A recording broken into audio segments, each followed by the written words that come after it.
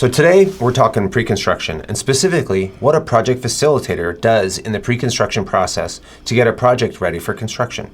I'm Dave Edwards with Earthbound Homes. And I'm Kristen Diaz-Clybor with Earthbound Homes. And let's take it away.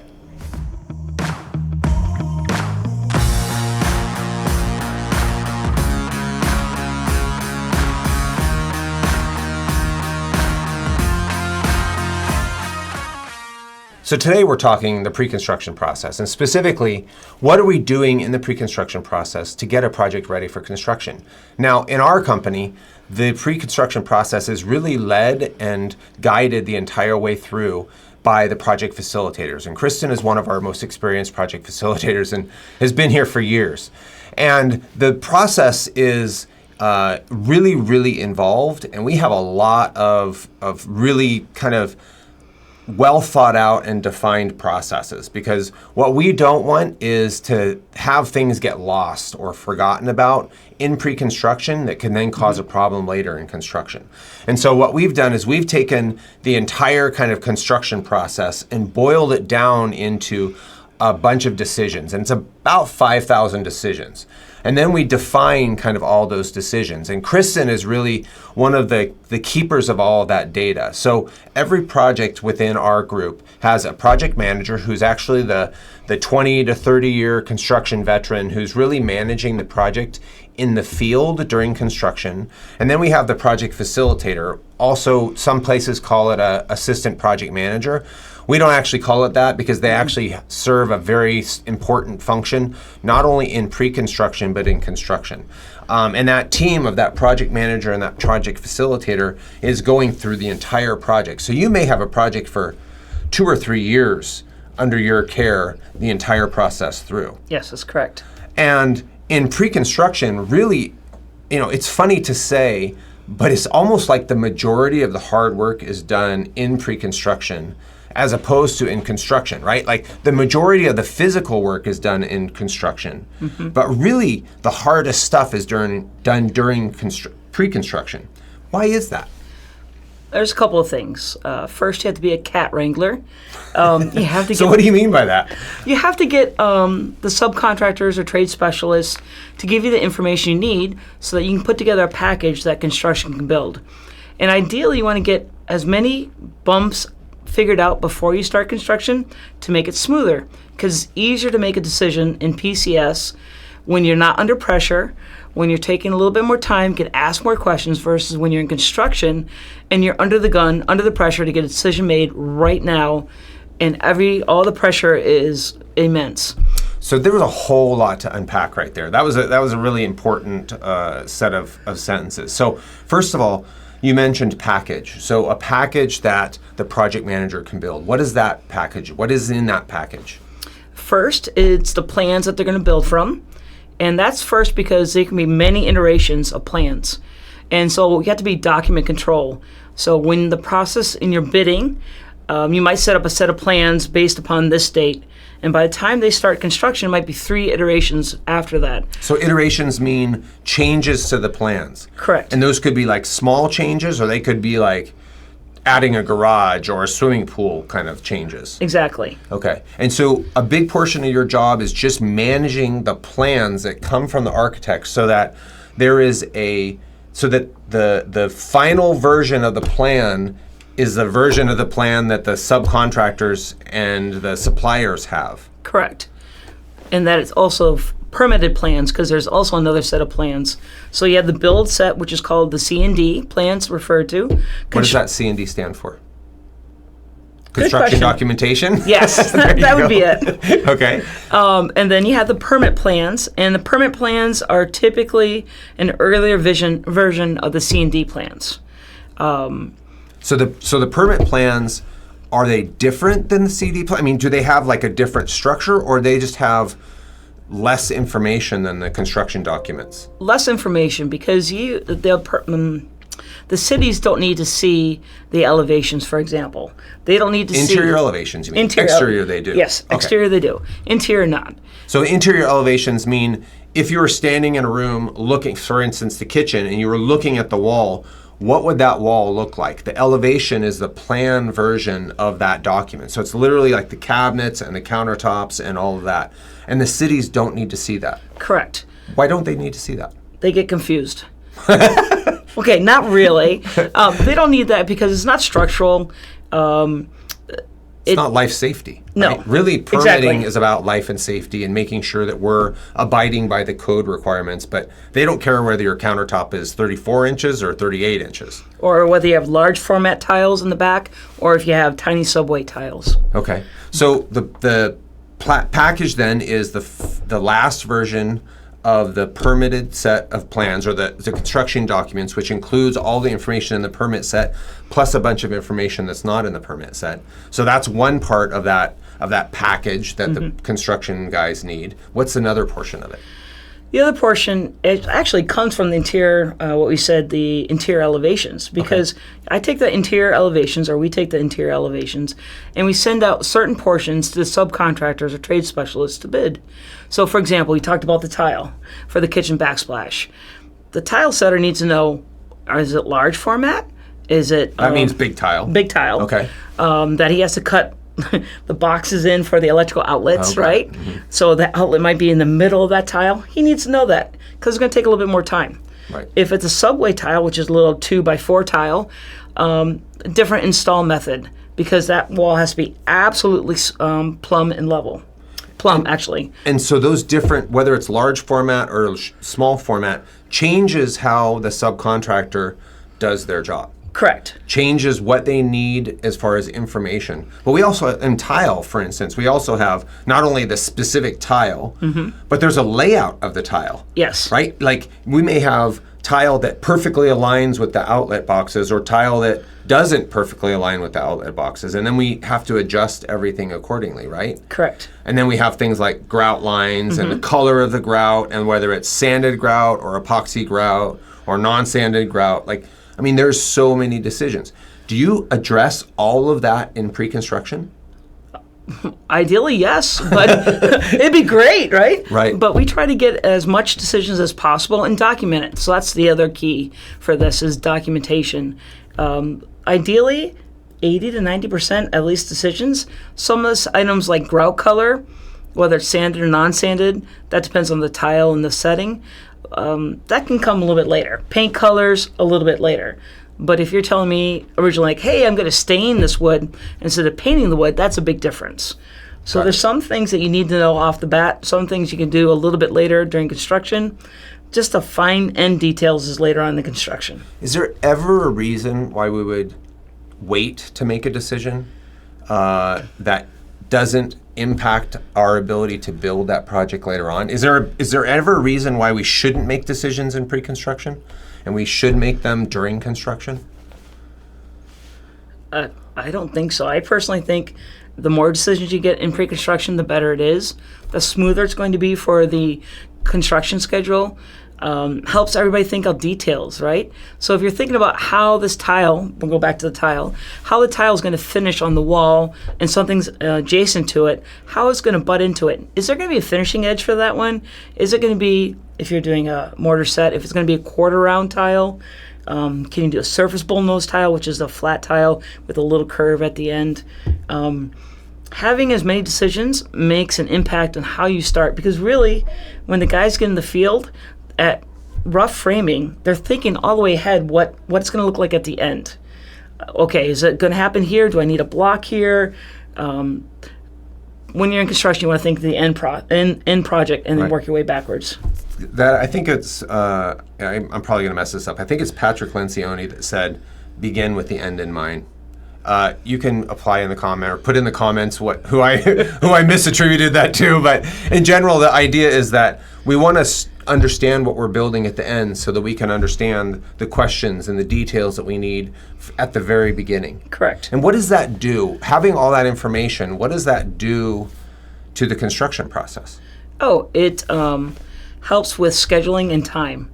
One of the biggest complaints everybody has about construction is that it takes too long. And the reason why it takes so long is because you're figuring out as you go what needs to be done, most cases in prior companies.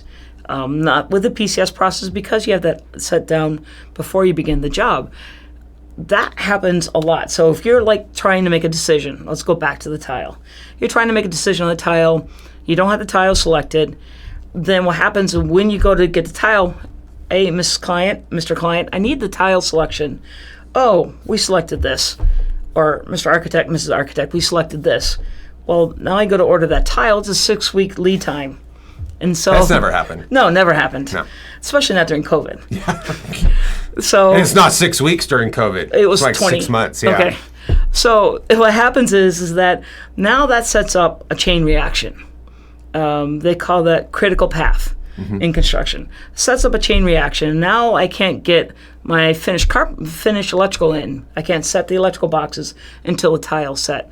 So we're waiting for one thing, and then everything else that's built on or around that has to wait as well. Exactly. And so that's really one of the main issues that we see in construction is we end up getting one decision late, or one material gets delivered late, or it's, I have a friend right now that's running a project in Carmel, and his windows are 7 months late. Oh my. 7 months late.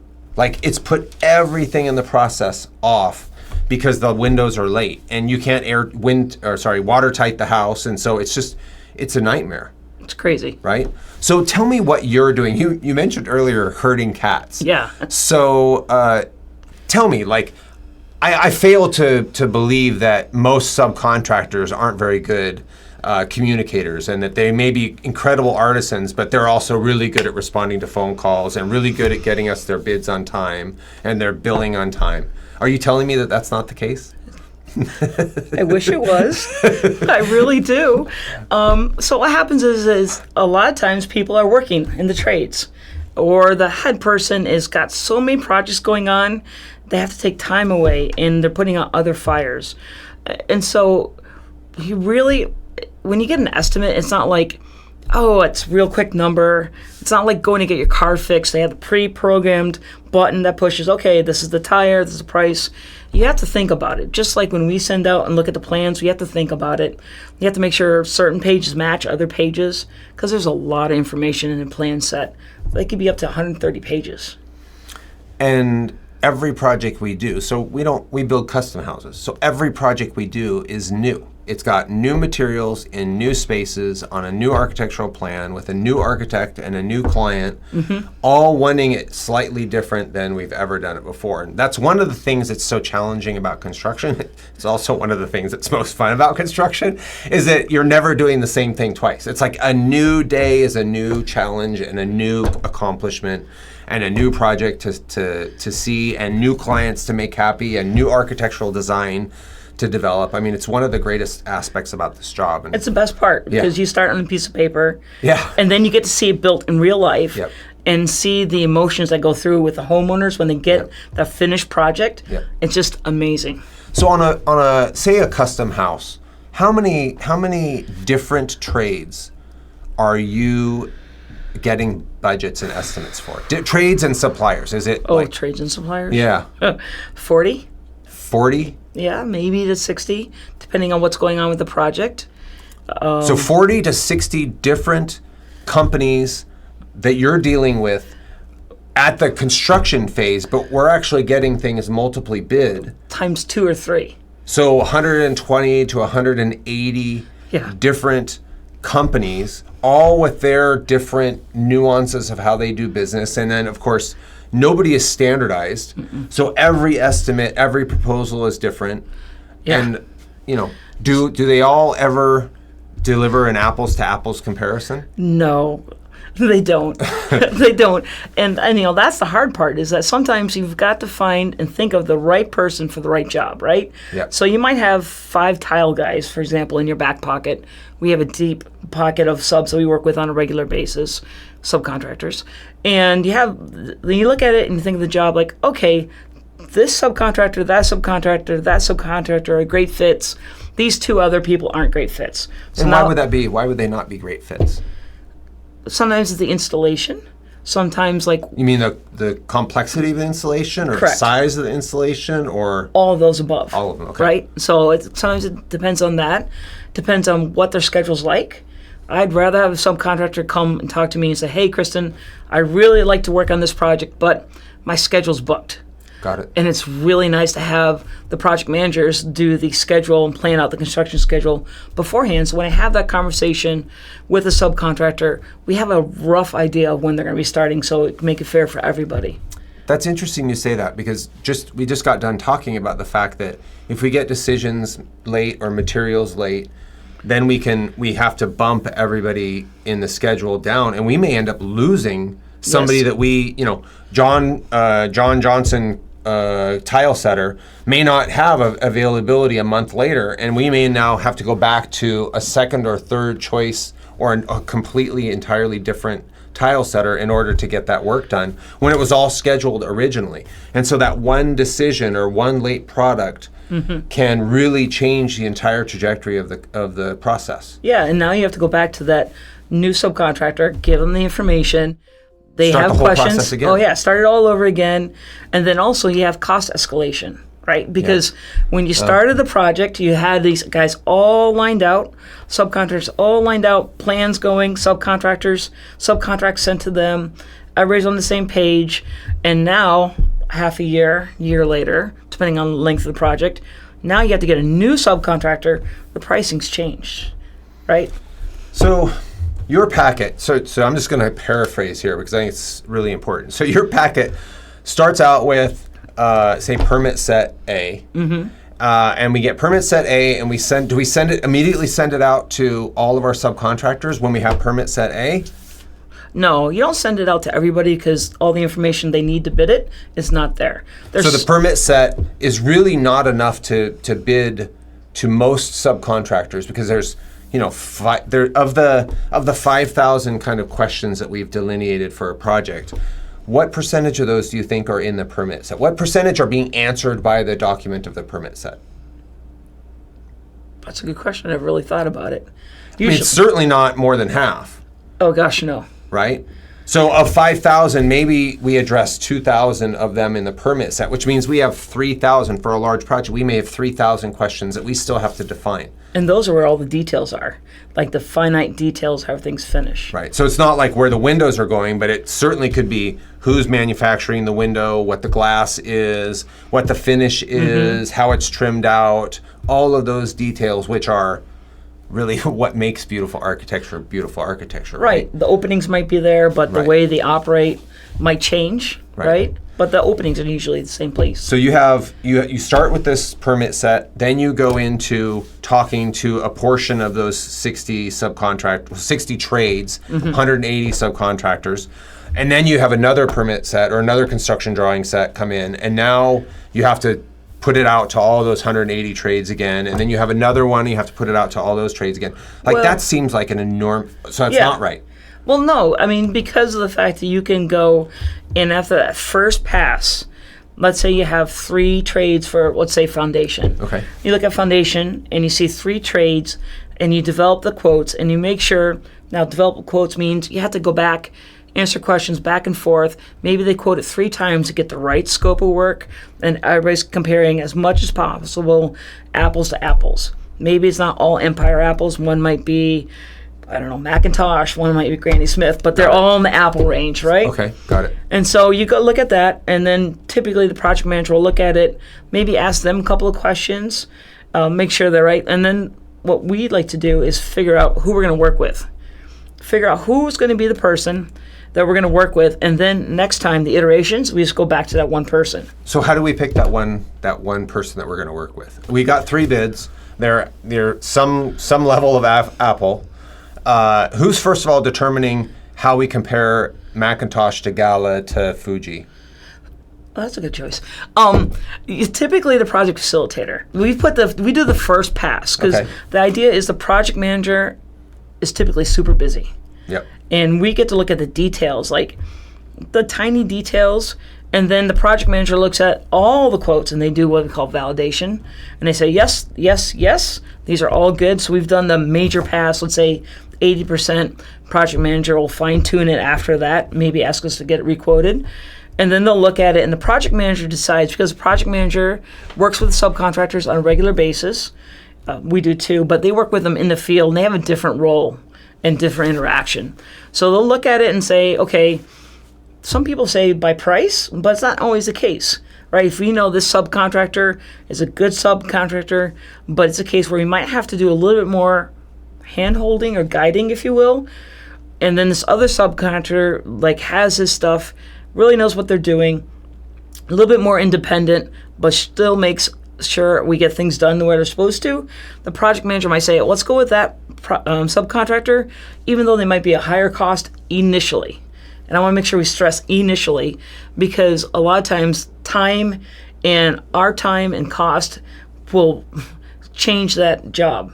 So subcontractor A costs $100,000. Subcontractor B costs $88,000. But we have to babysit subcontractor B because they're not as high a level as subcontractor A. So we're actually having to bill a lot of time in project management and basically hand-holding them to make sure that they do a good job. And it doesn't mean just at the start of the project. This means the entire project through. They make a lot of mistakes. They don't show up on time. They do a lot of things that require us to spend a lot of time.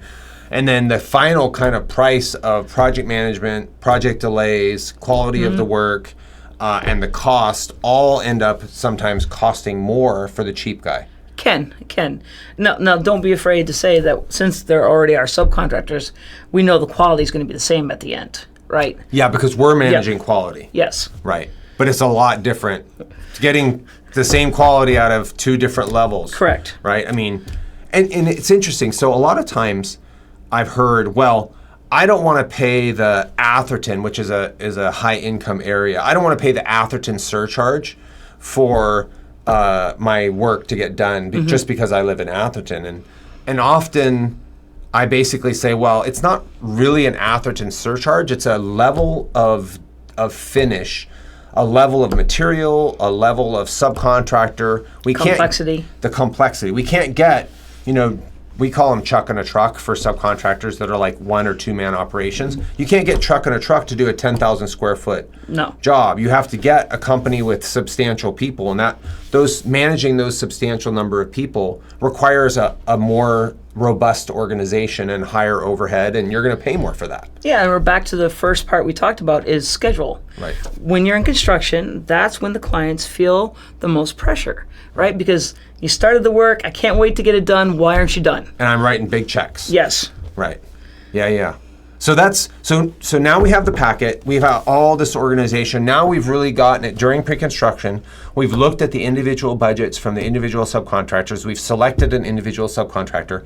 We actually done that, we collaborate with the architect and the client to make sure that everybody is on the same page. So we don't keep the secret. Our subcontractor, our clients and our architects know all the pricing that we're getting from our suppliers and our subcontractors.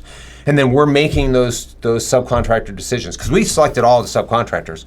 We're making those subcontractor decisions with the collaboration of the architect and the homeowner, so that the homeowner really understands all of the money that we're spending, all of their money that we're spending to build their home. They're actually approving that. Correct. And so it really brings them into the fold and keeps them from feeling like they're being kind of led around, right? And empowers them to understand not only here's the spectrum of what 3 different organizations that are competing against each other, what they're pricing it, right? So they're not jacking the price up because they know if they jack the price up, we have 2 more bids here. Yep. Right? And so now they really have the full understanding of what the actual costs in this area. Now, if we were in Missouri, things would be a lot different, right? Correct. Prices would be different. People here get paid a lot more. It costs a lot more to live here, but they get paid a lot more to do the same work that they do in Missouri or Alabama or something like that, right? Correct. So certainly, like if you were to bring somebody in from another state to do it and they had all the kind of capacities to do that work here that they had in their home state, you would get it for less because they don't make as much, but that's not the reality of construction, right? Like everybody has to have truck and tools and suppliers and people to do all the work, right? So really, having that openness in our process has really allowed our clients to be partners in this whole process. And have you seen a difference, because you've worked at other companies before, have you seen a difference between how our clients relate to the whole pre-construction process and then going into construction versus other companies? Yeah, I came from past fixed price, closed book. meaning they didn't see any of the subcontracts. Never The saw- clients did. The clients did. Yep. Thank you. Didn't see the behind the scenes work. So it's open book. The clients realize all the effort that goes into getting the numbers and information. So they see the value Right. in PCS. People are more wary typically when it's in this closed book. Yeah. And again, every company's different, and every client's different, but it lets them, back to what you said, let them have, the way we do it, lets people have a say in the matter. And granted, we suggest people, like, hey, we suggest a subcontractor, and they'll ask us why. But again, they're in control. They make the final decision. Right. So I've talked to other company owners who don't have an open book process. And they think we're actually kind of completely loco for opening up our books. But, we would rather have established that trust from the very beginning, from the very moment. They know what our markup is. Our clients understand what our markup is, because we believe that if they're a partner in this whole process, and the architects as well, if they're a partner in this whole process, there's no place for distrust or for anxiety to fester, right? Correct. I mean, they understand everything, right? Yeah. They understand what their decisions mean, and when they go back on their decisions, they understand what that happens.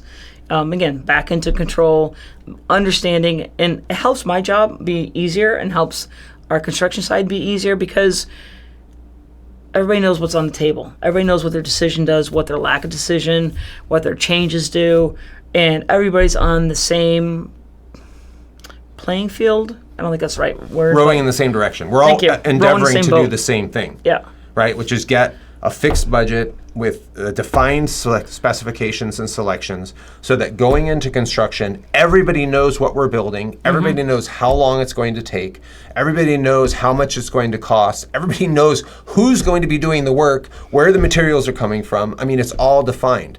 And going into construction, it's so weird because we've been doing this for so long. I sit there and I go, how would you go into it not understanding all that information? It takes a lot of trust, and there's certainly a lot of great builders out there. I'm not trying to say that there shouldn't be trust with those builders. It's just not the way we've decided to run our organization because it's hard to build that trust. And if the client ever gets a feeling like they don't really understand something, they can instantly feel Taken advantage of. Yeah. Right? But you can't do that when you know everything, right? No. So to get back to our original topic, so you're not only managing all this paperwork, you're managing all these sub-trades, now you're managing all their bids, now you're getting this all down to where we're talking to maybe only 40 to 60 subcontractors and suppliers. What happens after that? We alluded to it a little bit before, but the project manager will say, hey, I want to work with this subcontractor. In that case, we could talk to the client and say, hey, this is a subcontractor we want to use based on these decisions. The client says, yes, I want to work with that subcontractor. And we go through every decision as much as possible and pick those items out. So does that take a lot of time on the contract? On the client side of things, or is it pretty straightforward because we've really tried to define it as much as possible? It depends on the client. Oh. Yeah. Good point. Yeah. But typically it goes by quicker. Yep. So what do you mean by that? What kind of client is going to take a little bit longer to go through that process, and what kind of client is going to take a little bit less time to go through that process? Well, us engineers, I put myself into it, we like to analyze all the data, right? And do some of our own research before you make a decision, even though you might have suggested something to me. That's just our nature. And we live in the Silicon Valley. Yes. There's a lot of engineers here. There is. There's a lot of engineers in this company. Yeah, so that's one thing. And sometimes people have to ask outside influencers, hey, do you think this is good? Yeah. Wives, moms, husbands, kids. Neighbors. Yeah, okay. So once you've gotten all that together, you've selected the material suppliers and the subcontractors. Can we start construction? No, we need to have a contract. Okay. So we develop a contract, and what does that contract include? Well, for us, it includes the plan set. Always the one reference the plan set. So we're always referencing one document above all. It's like Lord of the Rings, one ring above them all. So one plan set of documents, and that's not necessarily a plan set from the architect. That's a plan set from the architect plus. All the specialists, like the landscaper, Okay. everything. Plus all of our detailed documentation for all the selections, which have not occurred and are not ever in the plan documents. Correct. Right? Yes. And that can be, 40 to 60% of the details, right? Correct. I mean, when was the last time we saw a plan set with a cabinet countertop edge detail, right? It's like no. almost never, right? Correct. And yet it's such a dramatic change in how a project looks, right? From a big laminated countertop to a slim little 3/4 inch countertop, right? So all those details we're documenting pre-construction, and now going into construction, the project manager really understands everything that they have to do going into construction. Yeah, so you have the plan set, you have the specifications, which are all the detailed, like 5,000 Yep. decisions. You have the budget listing what everything is, plus the quotes are accessible afterwards, and you have the construction schedule. That's the other part that's important. That hey, based upon these parameters, the start date, getting our permit from the city at a certain time. I smile because it's not always the case. And Well, we get it. We just don't necessarily get it when we're supposed to get it. Or right? we wanted to get it, right? So all that part makes a construction contract. So again, we're all on the same page going in. We've been transparent all the way up through. We're transparent when we start with a contract so everybody knows what's going on. And at that point, you want to have a meeting with everybody on the team. Right. So you a charrette. Yeah. What we call it in the lexicon of construction, a charrette. So everybody gets together that's part of the project and talks and makes sure that nobody's forgetting something or the client hasn't suddenly added a pool to the backyard or whatever. Moved it 8 feet. Yeah, or moved it 8 feet. Yep. Okay. So then at that point, then we get the permit, we have the construction schedule, and the subcontractors and suppliers have all agreed to the construction schedule. And we've ordered the materials that have really long lead times because we're just expecting, this is 2023 at the end of the pandemic, and we're just expecting things to be late. So we're ordering them very, very early on with the expectation that they're going to be late. And sometimes we have to store them, and sometimes they arrive right on time, and sometimes they're later than we thought. Then we can start construction. As long as we have permits, yes. Yeah. And your job doesn't stop there. No. So you're really managing all of that paperwork all the way through the project as well. Correct, because continuity. Right. So there is no, we in the field or in the industry have heard many times about this sales to production handoff. And we've heard it so much because it's often where things get forgotten, left off, mistaked. There's a difference in understanding, and suddenly, we're building ABC and instead we build ADF. Yes. Right? And so that's really, by having that continuity, you're really following that project and those clients and that architect all the way through. Right. Which is why most of our, greater than 95% of our projects, I think we've had 4 ever in construction go from pre-construction at some point in pre-construction and not go into production. Correct. Because we've really established a whole basis of understanding. The clients understand exactly everything. Architects are on board with everything. We've always kind of fed back their opinions and hey, the architect wants to do this instead, or maybe the architect can change these little factors to reduce the price. And so we're kind of nuancing the project all the way through to get it so that during construction, the architect and the client, but most importantly, the client understands exactly how much that project's going to cost. Correct. So that really you're not getting all these change orders and all these escalations during construction. Yeah, change orders is a swear word. It is. Whether it's for a client or for a contractor. Yep. When you think about it, change order puts a change into the event, changes something, and then back to what we said, impacts down the line. Right. Adds time, adds money. It impacts the next client that you have lined up. That's true. Right? And so no matter what, change order is a swear word for everybody. It should be called chaos order. That's for sure. Right? That's what it could be. Well, so we got a little long in the tooth, which tends to happen with Kristen and I. Really? About construction and really about pre-construction. It's really a highly organized, highly structured process. That's really all about making sure that construction is easier, correct, and faster and more efficient. And often, it's funny, often people want to start earlier to get done earlier, but if you start earlier, it often takes longer to do the construction process because you're not making all the decisions. If you make the decisions, I mean, we had clients that have gone through in 3 months, done 98% of decisions, and the process went Quicker. spectacularly. Yeah. Right? And then we have other people that, just can't do that. Right? And it takes longer, and that's just a factor of construction. So if you're interested in learning more about pre-construction or following our projects or listening to Kristen some more, Or herd cats. or her cats, please hit subscribe as we show you how to build a better way.